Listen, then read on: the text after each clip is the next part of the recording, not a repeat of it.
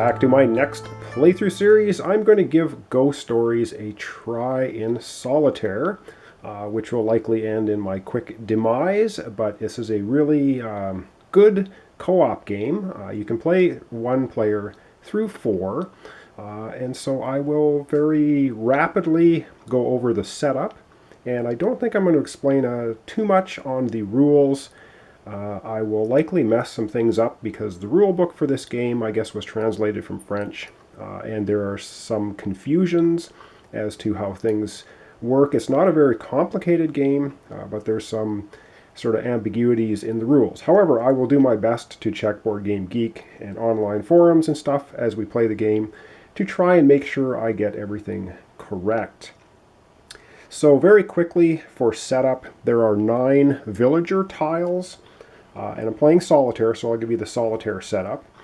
You randomly lay them out in the middle of the board, so each one is double-sided. A non-haunted side, which has a special ability that you can perform, and a haunted side, which means that particular tile has been haunted and is of no more use to you. If you ever have 3 tiles flipped over to the haunted side, at any time you lose the game. As a solo player, if you lose all of your chi, which you start with 4, and the neutral boards, they're called, the other 3 are not playing, start with 3 chi tokens. They can run out of chi and end up dying, but you lose the game if you lose all of your chi. So, I'm going to zoom down in a couple of locations, then very quickly again go over the setup, and then we will begin playing the game. Okay, so carrying on a little bit here with the setup, I will be playing the Red Taoist Monk, and they're pretty interesting little figures, of course, non-painted. I have not painted them. There's a red, blue, yellow, and green, and they start in the center tile of the board, so you can just see that there. And also part of the setup is you take the 2 little Buddha statues and you put them on the temple, which is this one right here. I'm playing the Wimpy version, which is the initiate version, so the number of tokens and things you get your yin-yang token. This can be used to unhaunt a haunted tile out of sort of turn sequence a little bit. We'll explain that as we play the game. You get 3 other tokens here, and I forget the exact name of them. These are tokens which can be used, again, kind of out of sequence, to activate the other neutral board's special powers. And I'll explain a little bit about those here in a second.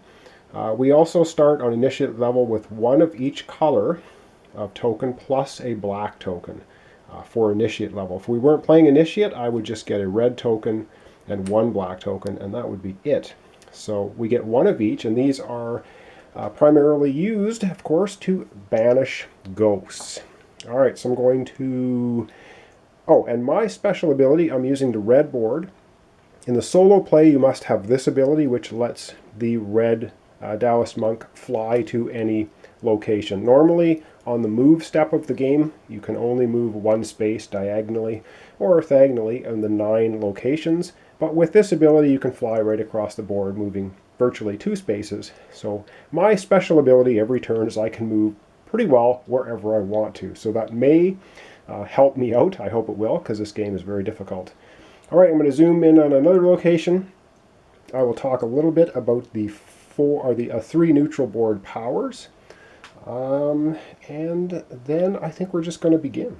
Okay, so let's look at the dice. We have the Tormentor dice, and this does... there are 2 blank sides, and there are 4 bad sides. This one means you lose all your tokens. This one is you draw a new ghost to come out. This one is you lose a chi. And this one is a tile gets haunted. Closest to the board, I believe. But again, we'll go over the rules of the die when we need to roll the Tormentor die, which is not very often. And it has to do with the ghost cards that are going to come out. These are the regular 3 dice we roll. They have a white side, a red, a yellow, a blue, a black, and a green. So we're going to try and roll these to banish ghosts. You'll see how that works when we play the game. There is also a gray die, which has the same colors on the sides as the white ones.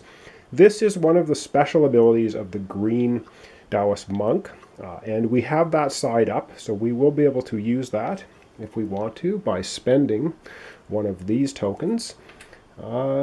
And so that covers that. We also have these neat little plastic figurines, black ones. These are the Haunter Ghosts. And again, you'll see them when they come up on the cards. And they basically march towards the village to try and haunt tiles as I throw them on the floor. Okay, special abilities for... I've already mentioned the green special ability is we get to roll this one extra die if we want by spending one of our tokens. The yellow special ability, you can't quite see it here, I'll put it up a little bit, is at the beginning of our turn we get to choose any colored token that we want. So we can again spend one of these tokens to use the yellow Taoist monk's ability, which is to grab one of the tokens of our choice, and I'll just flip the blue board over here. Blue ability on the board here means that we can either activate activate a village twice. We normally can only activate a village once, and you can also fight ghosts twice, but they need to be separate rolls. So we'll put that board back and leave it there. All right, so again, just very briefly, we will go over... Oh, I didn't talk about the cards. There are, of course, a deck of ghost cards, and these are the cards you're trying to get through to get to defeat Weng Fung? Forget his name. The evil hell god that is trying to come through with his army of ghosts and kill you. And so what you do, there is a deck of 45 regular cards, and there are 10 of these. You'll see the off-color one here, or the red color one, of the incarnations of Weng Fu. So in a one-player game, you're going to remove 5 of the regular cards for every player that is not playing. So we've removed 15 of the 45 cards. So we're ending up with 30 cards, and you place the one of 10 of these cards, 10 different incarnations of Weng Fu, and you place it on top of 10 cards. So of course all these cards are randomly shuffled. You place the unknown, you're not supposed to look at it, one of Weng Fu's incarnations, and you throw it above 10 cards. So this is our deck of ghosts that are going to be coming out, and they're going to be attacking our village and trying to haunt everything, and we are trying to stop it. So the last thing before we get into the first turn or two is we're going to look at how the turns work. And it has sort of a graphic representation of what the steps happen. So very quickly, the turn sequence, there's a yin phase for ghosts and a yang phase for the Taoist monk. So basically, the turn sequence is we have ghosts' actions, and you'll see as they come out on the board what they can do. They can haunt, they do different effects, but we'll see that as we play. Then we have a board overrun. If there are 3 ghosts on any one board, and you go to draw another one and place it out there, and you can't, that board is going to lose a chi token. You lose 1 life. Or, if that doesn't happen, you get the arrival of a new ghost. Now, this does not happen on neutral boards. So it's only going to happen for me on my board because I'm the one player in the solo game. After that's all taken care of, you go to the yang phase. And we have move, which is optional. You don't need to move. Now, of course, my special abilities, I can move anywhere on the board. And then you can have the second step, which is request help from a villager or attempt an exorcism. You can't do both. You can only do one. And then you place a Buddha, optional. Now, this thing, you cannot place a Buddha figure on the same turn that you acquire it. It's very important. And there are specific rules as to where you can place a Buddha figure. For instance, if I was on this space, I can only place a Buddha figure on an empty location that is adjacent to where I am. Very important. Okay, I think at a 50,000 foot explanation of the rules, I think I'm going to zoom out or down a little bit, and we are going to begin Ghost Stories, the solitaire playthrough, and we'll see how quickly I can be demolished. All right, let's get going. All right, let's begin. And so the very first thing that happens is we're in the yin phase. And we have ghosts actions. Well, of course, we don't have any ghosts on the board right now because it's the very first turn. So that's not going to happen. The ghosts have no actions right now. Next, we have, we look for board overrun. Do we have any board that has 3 ghosts on it? No, we don't, because it's the first turn. If that's the case, then because it's my turn, I'm going first, so to speak, we are going to draw a ghost. That is arrival of a ghost if we did not have an overrun. And so we end up getting the Restless Dead. You can see in the upper left-hand corner, there's 2 yellow symbols there, which is the little rice bowls. And on the bottom, you see another little symbol of one of the black ghosts. This is a Haunter. Now, it is a yellow card, so it will go on the yellow Taoist Monk board. And we get to decide where we want to place it. We have 3 empty spaces right now. Because it's only a 2 yellow, I don't know. I think I'll stick it up here. And when we place it, we're going to place one of these little black haunting ghost markers on the card itself. Now, one of the actions of ghosts, if they're haunters, they're going to move.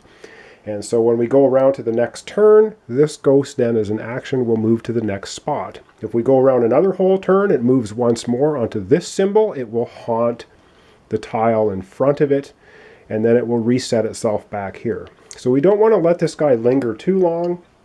He's going to start haunting village tiles. Again, we lose 3 village tiles.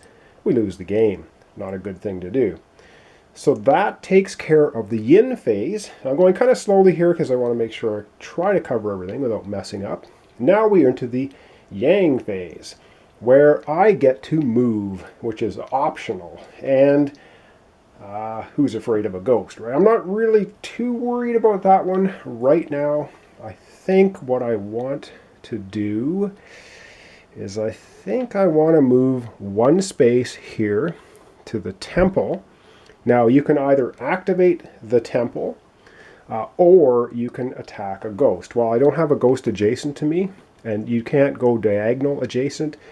For attacking ghosts, you have to be orthogonal. I didn't mention that. You can move diagonally, but you can't attack diagonally. So I'm here, I cannot attack this ghost. I have to attack a ghost if there is one here.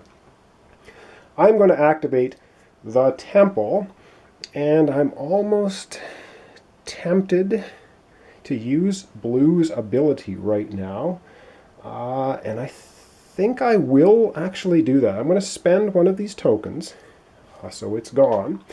Well, actually, it's not gone. It goes to here. It goes back to the temple. They can be picked up for free on another turn. And what Blue's ability says is I can use the village space I'm on twice in 1 turn. Normally, you can only use it once. So using the space means picking up a Buddha token. Well, I get to use the space twice, so I'm going to pick up 2. Now, I cannot place these this turn because I just acquired them, but they are going to be useful for future turns. And this token's going to stay here. If I go back, or if I stay on this location next turn, I can pick up that token again for free, which then lets me use the green, yellow, or blue's abilities. And I should also mention that these are kind of they're out of sequence, and they can be used. I could now use the green ability and the yellow ability. You cannot use the same board's ability 2 times in a row, though. That's not allowed. And so I have finished the request help from a villager or attempt an attack on or an exorcism of a ghost. And now, of course, the third step says place a Buddha. Well, like I mentioned, you cannot place a Buddha the same turn you pick it up. So I cannot place it down right now. And the only valid place I could place it down would be there. All right, that takes care of my turn. Now we go to the yellow board. So I'm going to go in clockwise order over here. And I think I might have already messed myself up. Anyhow, let's go ahead and do it. So the first thing is Ghost's actions. And you do the first 2 steps of the turn sequence, but you do not add new ghosts. And so as a solo player, I may have just messed myself up, because ghost actions means this ghost moved.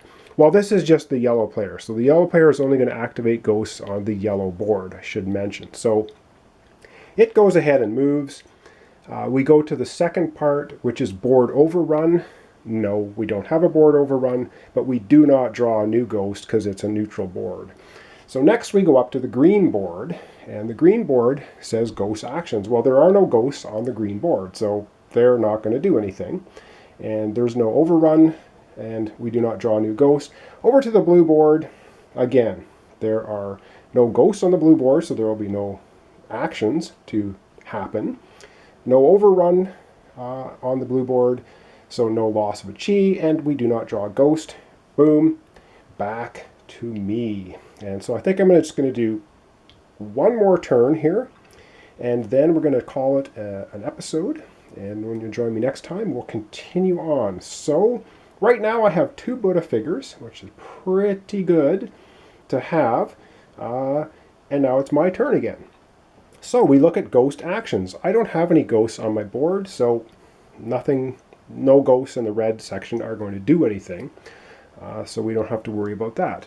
Next is board overrun. Well, there's no board overrun, but now it's my turn, and I'm the active player, so I will be doing the third step, which is arrival of a ghost. So we get, another ghost arriving. Oh, wow, this looks not good.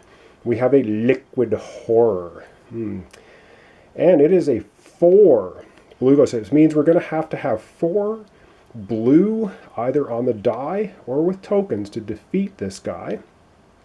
However, when you defeat him, and I should mention the anatomy of the card, the farthest left is an immediate effect as soon as you draw the card. The middle effect is an ongoing effect every turn that it applies. The far right is the effect once you exercise the ghost. So in this case, it's a very tough ghost to beat. It doesn't have an ongoing effect though, but it will take up a space on the board. But when you defeat it or exercise it, you get 2 tokens of any color of your choice. So we have to put this down on the board somewhere, and I think I'm just going to go ahead and put it right in the center of the blue board. And there it is. So that is my turn, Arrival of Ghosts. Now I get to move, which of course is optional, but I think I want to move. I want to get rid of this yellow ghost, because if it moves one more space on the yellow player's turn, of course, next time, it will haunt one of my village squares, and I'll be 1/3 of the way to losing the game. Don't want to do that. All right, so I'm going to move 1 space here. Now, because I have the special ability, I can fly anywhere I want, but I'm going to move here. And I can either use this tile, which would mean I'll have to look that one up. And actually, let me just look that up, and I'll tell you what this particular tile is and what it does. Okay, I figured out what it is. So this one is the village tile that allows you to unhaunt one of the village tiles, but when you do that, you must bring a ghost into play. So we don't really want this tile haunted, because then we'll never be able to use that ability, unless, of course, we use our yin yang token to unhaunt the tile. So what we're doing is we are going to attack this ghost. He's 1 step away from haunting the tile directly in front of him, and I need 2 yellow to defeat him. Now I do have 1 yellow token, and you can spend tokens as well as a combination of dice to try and defeat him. So let's go to the dice tray, see if I can come up with a total of 2 yellow to get rid of this ghost. All right, and so how we do this is, of course, we roll the 3 white dice. Now, I could spend one of these tokens to use the green Taoist Monk's ability, which would be roll an extra die. I think I have to do that at the beginning of the turn, so I can't really even do it right now. And I'm just going to go ahead and roll the 3. Now, of course, we're looking for yellow on the die. Oh, and I should mention, of course, the white is wild. It can be any color. I didn't mention that. I'm sorry, I should do that. All right, let's roll the dice. See if we can come up with a total of 2 yellow to banish or exorcise this ghost. And there we go. We already have 2 yellow and a red. So I didn't even need to spend my token, which is very good. So this ghost is banished, and he basically just goes into the discard pile. So our first ghost is gone, but we still have that really nasty blue one. Back to the board, and we'll continue on. All right, so we banished the ghost from here, and of course the haunting figure is also going to be going away because that's the physical representation of that particular ghost. That was a haunter. So that's good for us. We have banished the ghost. All right, the last step in the Yang phase is we can place a single Buddha figure. We have two of them. And I do believe we're going to place one of them. Now I have a choice. I can place it up on the green because it's empty, or the yellow. I'm adjacent to them. I think I'm going to go ahead and place it up here on the green board. So now if we get a really, really nasty green ghost coming out, we can pop it, so to speak, with the Buddha figure. The Buddha figure just totally nullifies the ghost that comes out if you place it there. So if we get a green ghost that had an immediate effect that was going to do something bad to us, it wouldn't happen. Likewise, a positive effect by banishing or exorcising the ghost also would not happen. The Buddha just wipes the card off the board. The symbol or the Buddha figure goes back to the temple. The ghost card disappears from the game. You cannot pop the incarnation of Wang Fu, I don't believe. It is not possible. But any other ghost in the game, you can. All right, so let's just wrap up the rest of the turn, so to speak. So I'm basically finished. Now we go over to the yellow player, which is the neutral board, and we do the first two steps. So ghost actions, that ghost is gone. It's not going to do anything. He has no ghosts, so nothing's going to happen. The board is not overrun. Neutral boards do not draw a new ghost card. Green board. We do not have any ghosts on there, so there'll be no ghost actions, of course. The board is not overrun, and we do not draw a new ghost card for neutral board. The third neutral board, now if there was a central image here on the blue card, that would activate. There is nothing though, but there is a big nasty ghost here, but it's not going to do anything. So there's no ghost actions in the blue board, and again, there's no overrun. There are not three ghosts on the blue board, so it's not overrun. Not going to lose one of his three chi life points. And so, again, neutral board, we do not draw a new ghost. All right, I'm going to leave it off there. Just done a brief-ish explanation of the rules. I've done a couple of turns. Staying alive so far. Yeah, we have a lot of cards to get through, though. Oh, and how do we win the game? We must defeat or exorcise the incarnation of Wang Fu. And that's not easy. And there are 10 different ones, and I randomly chose one. I don't know what it is. There are all kinds of different incarnations that come up. You don't know what it is until it arrives on the board. So very tough game, but very fun. Not too difficult to play, but quite difficult to win. All right, thanks so much for watching along. Join me next time for the continuation of the solo play of Ghost Stories. I'm playing on the Wimpy level, the Initiate level. We'll see if I can win. I don't know. Like I said, this is one of those games that you're lucky to win 1 out of 10, but we'll see how well I can do. All right, thanks so much for watching. Thanks for subscribing. Thanks for liking my videos, if you do. Join me next time for the continuation of the solitaire playthrough of Ghost Stories.